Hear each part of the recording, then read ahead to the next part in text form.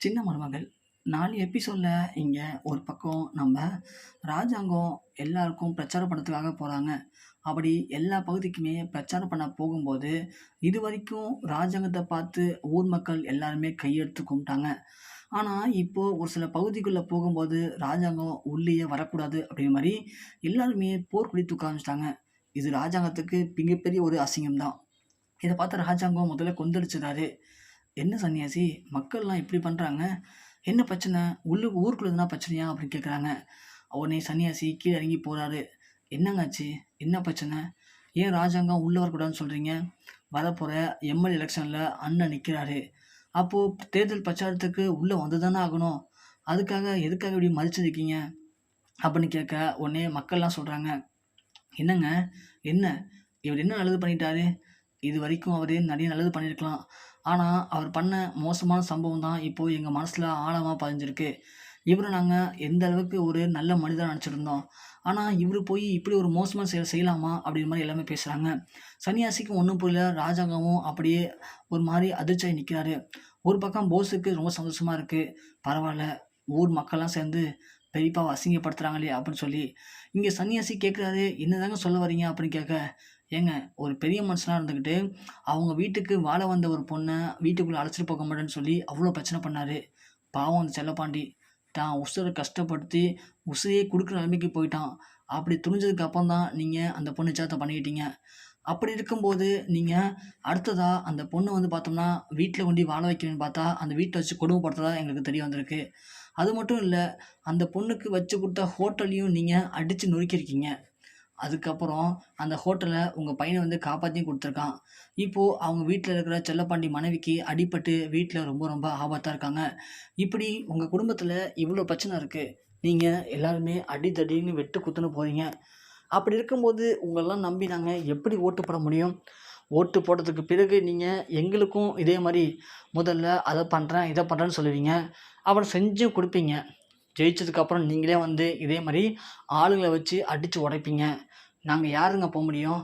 அதனால எங்களுக்கு உங்க மேல நம்பிக்கை இல்ல அப்படின்னு சொல்ல, சன்னியாசி நேரா போயிட்டு ராஜாங்கத்திட்ட சொல்றாங்க. இந்த மாரி தமிழ்ச்செல்வி ஹோட்டல்ல அடிச்சு நொறுக்குனது நாம தான் சொல்லி மக்கள்லாம் கொந்தளிச்சு போயிருக்காங்கண்ணே. அதனால நாம இங்கேருந்து கிளம்புறது தான் நல்லது அப்படின்னு சொல்லி வண்டி எடுத்துட்டு கிளம்புறாங்க. அப்படி பக்கத்துல எங்க போனாலுமே எல்லாருமே இத தான் சொல்றாங்க. நீங்க ஊருக்குள்ள வரக்கூடாது. ஸோ நீங்க அந்த ஹோட்டல்ல அடிச்சு நொறுக்குனது மட்டும் இல்லாம, அந்த அப்பாவி குடும்பத்த பழி வாங்கிட்டீங்க. அதனால நீங்க எங்க ஊருக்கு வரக்கூடாது. உங்க மேல நம்பிக்கைலாம் எங்களுக்கு போயிடுச்சு. நீங்க எங்க ஊருக்கு இனிமே வேண்டான்னு சொல்லி எல்லாருமே சொல்றாங்க. ராஜாங்கம் ரொம்பவுமே கொந்தளிச்சு போயிறாரு. நேரா கிளம்பி வீட்டுக்கு வராரு.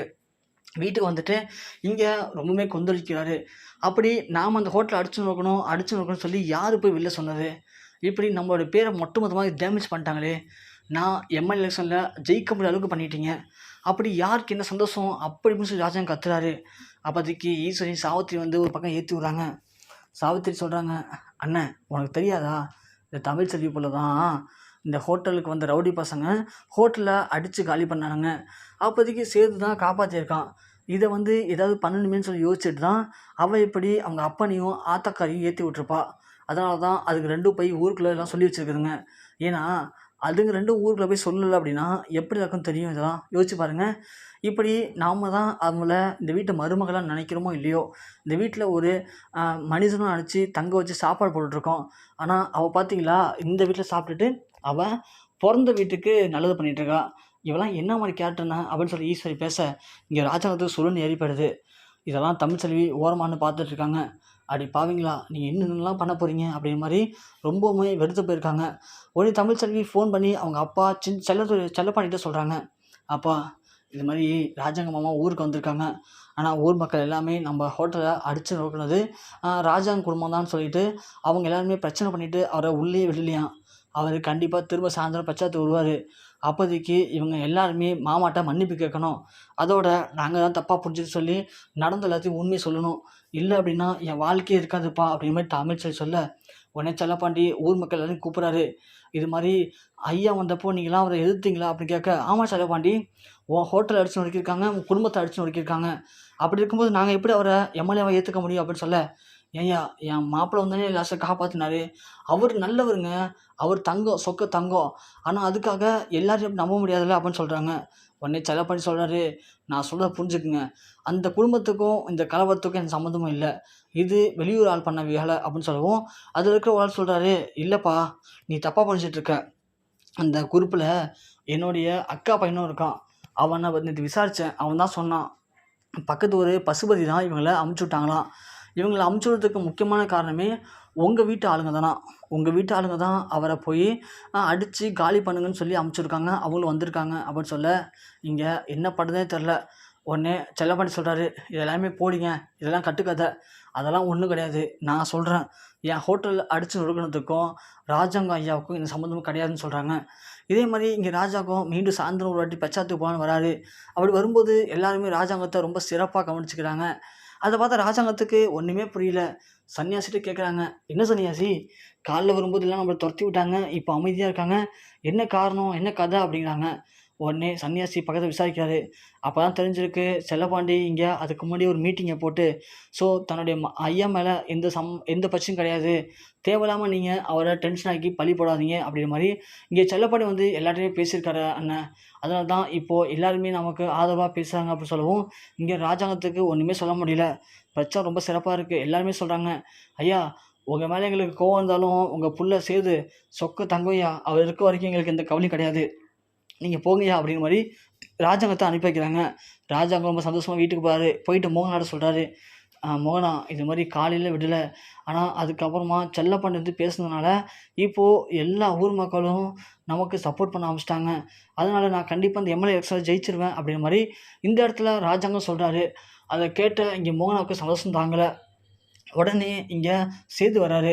சேது வந்த உடனே டக்குன்னு ராஜாங்கத்துக்கு அப்போ தான் புரியுது, அந்த ஊர் மக்கள் எல்லாருமே ரொம்ப பெருமையாக பேசினாங்க சேதுவை, நாம தான் சேதுவை புரிஞ்சுக்கலைன்னு சொல்லி இங்கே ராஜாங்கம் சேதுவை கூப்பிட்டு பேசுகிறாரு. அதை பார்த்து தாமரை, ஈஸ்வரி, அப்புறம் சாவித்திரிக்கு வயிறு எரியுது. என்னடா இவங்க நடுவே பேசிக்க ஆரம்பிச்சிட்டாங்களே, இவங்க நடுவே பேசிக்க ஆரம்பிச்சிட்டா நம்ம பொழப்பு திண்டாட்டம் ஆகிடுமே அப்படின்ற மாதிரி அவங்க முடிவு பண்ணுறாங்க. உடனே என்னடா பண்ணலாம் அப்படின்ற மாதிரி யோசிக்கிறாங்க. ஆனால் இந்த முறை தாமரை, ஈஸ்வரி, அப்புறம் சாவித்திரி 3 பேரும் தனியாக போய் பேசுகிறத எல்லாத்தையுமே தமிழ்ச்செல்வி இந்த டைம் வீடியோவாக எடுத்துடுறாங்க. ஏன்னா ஏற்கனவே பிரச்சனை கைமீறி போயிட்டுருக்கு. இந்த நேரத்தில் நாம் இந்த பிரச்சனைக்கு யார் காரணம் அப்படிங்கிறத ராஜாங்க மாமாட்ட நிரூபிக்காமல் விட்டோம் அப்படின்னா கண்டிப்பாக அவங்க அடுத்தடுத்து தப்பு மேலே தப்பு பண்ணிகிட்டே போவாங்க. அவங்களுக்கு வர கோபத்தில் தான் என்ன பண்ணுறோம் ஏது பண்ணணும்னு தெரியாமல் இப்படி பண்ணிகிட்ருக்காங்கன்னு சொல்லி இங்கே தாமரை, ஈஸ்வரி, சாவித்திரி 3 பேரும் பசுபதிட்ட ஆள் சொல்லி செட் பண்ணது, ஆளுங்களை வச்சு அடித்தது, அது எப்படி வெளில தெரிஞ்சது இப்படி அப்படின்னு சொல்லி பெரிய கான்வர்சேஷன் போயிட்டுருக்கு. அதை தமிழ்ச்செல்வி எல்லாமா வீடியோவாக எடுத்து சேதுக்கு அனுப்பிவிட்றாங்க. சேது அப்பன்னு பார்த்து எடுத்து பார்க்குறாரு. பார்த்து அந்த வீடியோ ஓப்பன் பண்ணால் இங்கே தாமரை, ஈஸ்வரி, சாவித்திரி 3 பேரும் பேசுகிறது எல்லாமே ஓடுது வீடியோவாக. அப்போதைக்கு ராஜாங்கம் கூட தான் இருந்தார். ராஜாங்கம் பார்த்துறாரு. அப்போ தான் 2 பேருமே புரிய வருது. ஸோ தமிழ்ச்செல்விக்கும் இந்த குடும்பத்தில் ஏற்பட்ட பிரச்சனைக்கும் எந்த ஒரு காரணமும் இல்லை, எல்லாத்தையும் பண்ணது இந்த தாமரை, சாவித்திரி, ஈஸ்வரி தான்.